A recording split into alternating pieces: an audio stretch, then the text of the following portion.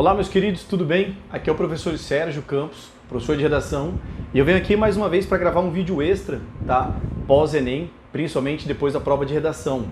É uma prova que sem dúvida traz uma ansiedade, tanto pré quanto pós-prova aos alunos. E o tema, indubitavelmente, pegou inúmeros alunos de surpresa.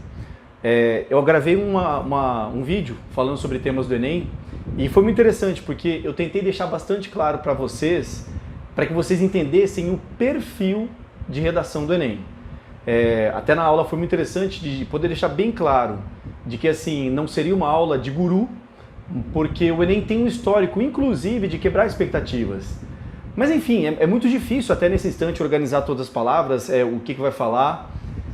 Sendo muito sincero com vocês, particularmente, achei a prova um tema ruim, tá? E ruim em que sentido? Não pelo tema em si. É muito delicado todas as vezes em que a gente se posiciona sobre um tema e parecer desrespeitoso com outras pessoas. Eu me recordo, por exemplo, em 2017, em que eu fiz críticas muito ferrenhas ao tema que o Enem colocou, que era sobre os desafios da formação educacional de surdos no Brasil. Principalmente porque, de repente, quando você questiona determinado recorte temático, parece que você é desrespeitoso àquele tema ou àquela população específica. E não era nada contra, especificamente, surdos no Brasil. Todavia, qual foi a crítica que eu particularmente fiz ao tema? Vamos falar sobre educação inclusiva e educação especial? Sim. Vamos falar, então, sobre educação inclusiva no aparato geral. Porque não existem apenas os surdos. Você tem os portadores de necessidades visuais, você tem os alunos com alguma limitação cognitiva. Então, assim, eu tinha sido um crítico muito grande daquele recorte temático específico. Esse ano, mais uma vez, particularmente, não achei muito feliz a escolha do recorte temático e não desmerecendo o assunto em si. Artes, cultura, comportamento, cinema, de forma alguma. É muito óbvio que cinema tem sua importância. Todavia, numa escala de prioridades, particularmente, achei que não foi uma escolha muito feliz. Temos temáticas sociais tão mais importantes para serem faladas. Enfim, né? A minha opinião não conta nada para a prova do Enem. Aproveito agora para fazer uma pergunta para você. O que você achou sobre o tema? E de verdade, tá? Não seja influenciável, tá? Não tenha sua opinião a partir do que eu acabei de falar. Tenha liberdade para que você manifeste assim, professor, quando eu vi eu gostei, eu não gostei. Enfim, já coloca aí nos comentários o que você achou sobre o tema. Bem, repito, o que eu acho particularmente não interfere na prova, né? Repito, por ser uma prova muito visada, o Enem poderia de repente colocar temas sociais mais abrangentes. Enfim, virado esse assunto, vamos falar sobre o que o tema possibilitava para que você abordasse. Uma vez que a parte do repertório sociocultural tem uma importância muitíssimo grande. Vamos aqui, olhem só. Você tem, por exemplo, a parte do cinema, ela teria uma conexão muito grande entre história e atualidade. Quando o cinema surgiu, ele veio teoricamente para fazer uma substituição ao teatro, né? Uma das primeiras ideias que se colocaram, olha, não haverá mais teatro, agora será cinema. Um dos textos de apoio também falou que não havia uma previsão muito positiva para com o cinema. E é muito interessante que o cinema cresceu muito. Mas algumas possibilidades de repertório. Muitos alunos se atentaram muito para cinema.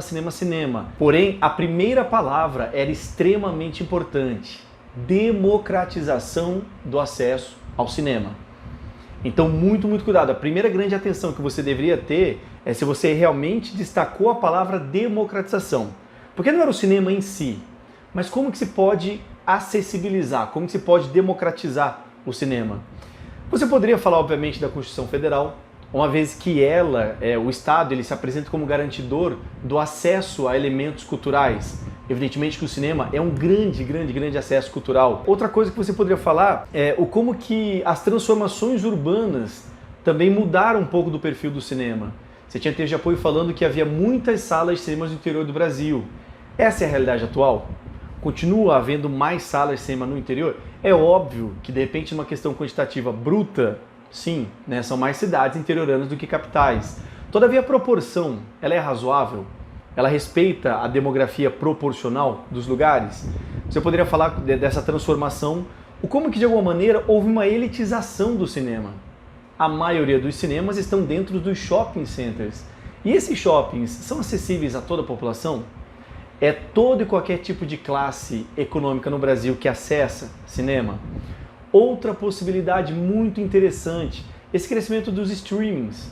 Ou seja, essa técnica, teoricamente, essa possível substituição, essa migração do que seria cinema para essa tecnologia que a internet tem propiciado. Basicamente assim, são muitos e muitos temas, muitas e muitas variáveis. Estou gravando para você algumas possibilidades do que você poderia colocar como repertório para o cinema. Quero deixar para você agora que você comente aqui no vídeo.